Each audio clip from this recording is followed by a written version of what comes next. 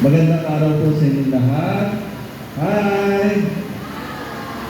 Congratulations po sa lahat po ng mga parents na nandito. Kayo ang dahilan kung bakit sila mag-graduate ngayon. Palapakan niyo mga kids ang inyong mga magulang. Yan.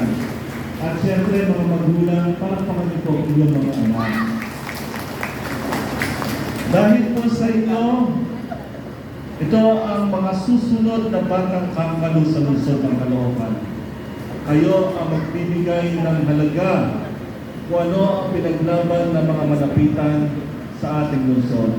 And maraming salamat po sa inyong lahat, sa ating mga magulang, sa patuloy ninyong suporta at tayo po ay nagwagi-muli si Mayor Aaron Malapitan itong maraming araw. Malampakan po natin si Mayor. Kanina yan, Ken? At bago magpatuloy, kaya Kapitana, yan lang kabanta. First time po siya mamit ngayon. First time namin mamit ngayon. Kaya kay Kagawad Kuya Lance, nandito po sa Kagawad. Wala, no? Kay Kuya BP Tunying. Yan. Akala ba nila katabi ko si Katunying? Ito si Katunying ng ng Eagles Club. At saka sa mga PS Anabians Eagles Club. Kaya Ate Amor, siyempre sa ating presidente ng Super Nanay, kay Pres Susan Manikis. At siyempre sa ating kaibigan na talagang voluntaryo, no? Na talagang nagulat ka ako. Akala ko siya ay MC lang, no? Sa lahat ng mga event. Yung pala, meron siyang pinagkakaabalahan sa komunidad. At ito yung pagtuturo sa mga kabataan. Tama po yan. Mga kids, alam ko nasa panahon na tayo ng digital world, di ba? Yung paggagamit ng mga cellphone. Pero alam nyo, mga kids, noong panahon po namin, hindi uso cellphone. Nagkakaroon kami ng communication sa aming magulang. Di ba? Kaya, pwede pang gamit ng cellphone pero maglagay kayo ng tamang oras. Importante, ilagay natin lagi sa ating isipan yung ating pag-aaral dahil yan po ang mag-aangat sa inyo ng lubos-lubusan sa inyong mga buhay. Although ng mga bata pa kayo.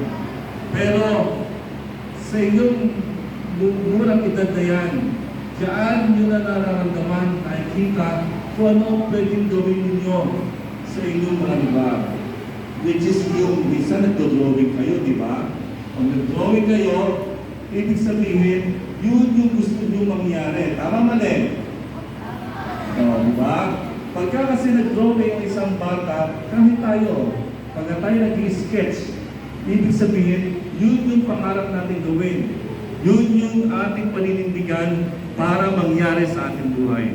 Kaya muli, mula sa grupo po ng Kasangga ng Batang Kakalo, sa lahat po ng tumulong, sa mga barangay managers po namin, ng Kasangga ng Batang Kakalo.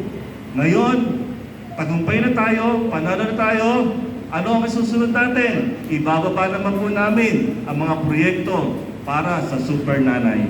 Okay? At asahan niyo po ang tulong ng grupo ng Kasangga ng Batang Kakalo sa ating kapitana, sa inyong barangay. Ngayon pa lang po, nag-iisip na kami ng kung anong gagawin namin para ibaba sa barangay po ninyo. Maraming salamat po. Hindi po ito yung una na pakikita natin. Ito po ang simula ng ating pagsasama-sama. Congratulations kids! Mabuhay po kayo mga parents and magandang hapon sa inyo lahat. Batang Kakalo. Thank you very much, Presbyter Apars.